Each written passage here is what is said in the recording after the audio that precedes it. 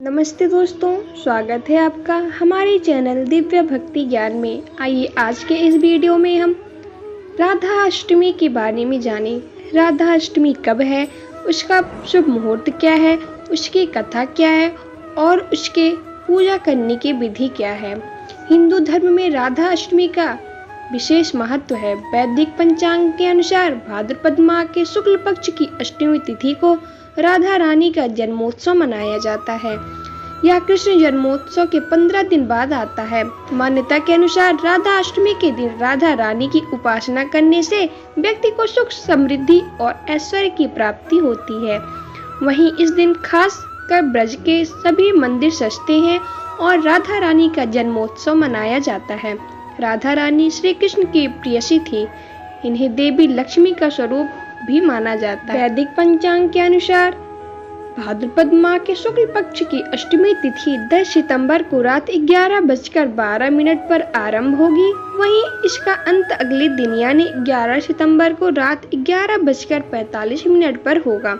ऐसे में उदय तिथि के आधार पर मानते हुए राधा अष्टमी 11 सितंबर को मनाई जाएगी। आइए अब हम राधा अष्टमी के व्रत कथा को जानें। श्री कृष्ण भक्ति के अवतार देवर्षि नारद ने एक बार भगवान सदाशिव के श्री चरणों में प्रणाम करके पूछा, हे महाभाग, मैं आपका दास हूँ, बतलाइए श्री राधा देवी लक्ष्मी है या देव पत्नी, महालक्ष्मी है या सरस्वती, क्या वे अंतरंग विद्या है या वैष्णवी प्रकृति है, कहिए वे वेद कन्या है, देव कन्या है अथवा मुनि कन्या है। सदाशिव बोले, हे मुनिवर, अन्य किसी लक्ष्मी की बात क्या कहें, कोटि कोटि महालक्ष्मी उनके चरण कमल की शोभा के सामने तुच्छ कही जाती हैं। हे नारद जी, एक मुंह से मैं अधिक क्या कहूँ, मैं तो श्री राधा के रूप, लावण्य और गुण आदि का वर्णन करने में अपने को असमर्थ पाता हूँ। उनके रूप आदि की महिमा कहने में भी लज्जित हो रहा हूँ। तीनों लोकों में कोई भी ऐसा समर्थ नहीं है जो उनके रूपादि का वर्णन करके पार पा सके। उनकी रूप माधुरी जगत को मोहने वाले श्री कृष्ण को भी मोहित करने वाली है। यह अत्यंत मुख से चाहूं तो भी उनका वर्णन करने में मुझ में क्षमता नहीं है। नारद जी बोले, हे प्रभु, श्री राधिका जी के जन्म का महामत्य सब प्रकार के श्रेष्ठ हैं। हे भक्तवत्सल, उसको मैं सुनना चाहता हूँ। हे महाभाग, सब व्रतों में श्रेष्ठ व्रत श्री राधा अष्टमी के विषय में मुझको सुनाइए।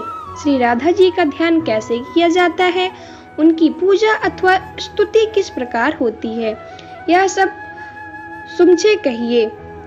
हे सदाशिव, उनकी चर्चा, पूजा विधान तथा अर्चन विशेष सब कुछ मैं सुनना चाहता हूँ, आप बतलाने की कृपा करें।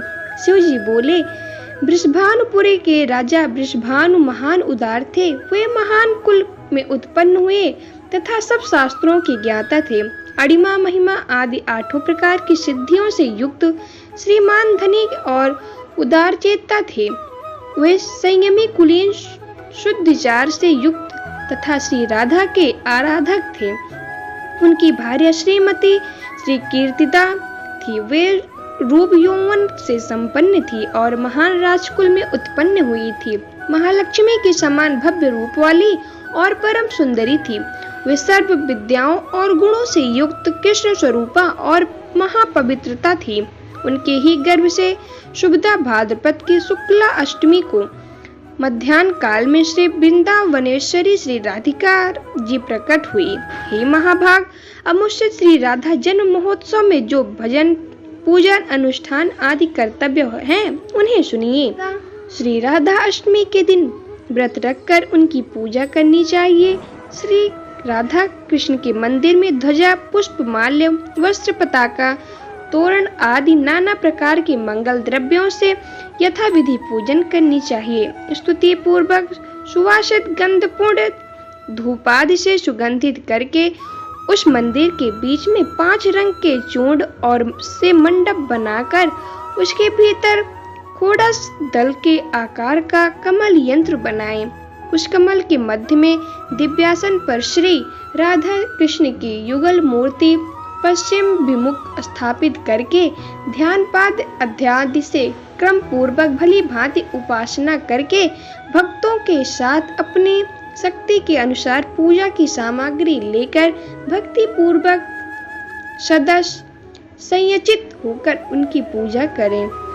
ये अब हम राधा अष्टमी के व्रत के महत्व को जाने। राधा अष्टमी पर श्री कृष्ण जन्माष्टमी की तरह ही व्रत रखा जाता है। साथ ही इस दिन राधा रानी की पूजा करने से माँ लक्ष्मी प्रसन्न होती हैं और उनका आशीर्वाद प्राप्त होता है। वहीं इस दिन राधा रानी की पूजा करने से वैवाहिक जीवन खुशहाल बना रहता है। पति पत्नी के बीच के रिश्ते मजबूत होते हैं। साथ ही जीवन में धन ऐश्वर्य की कमी नहीं रहती।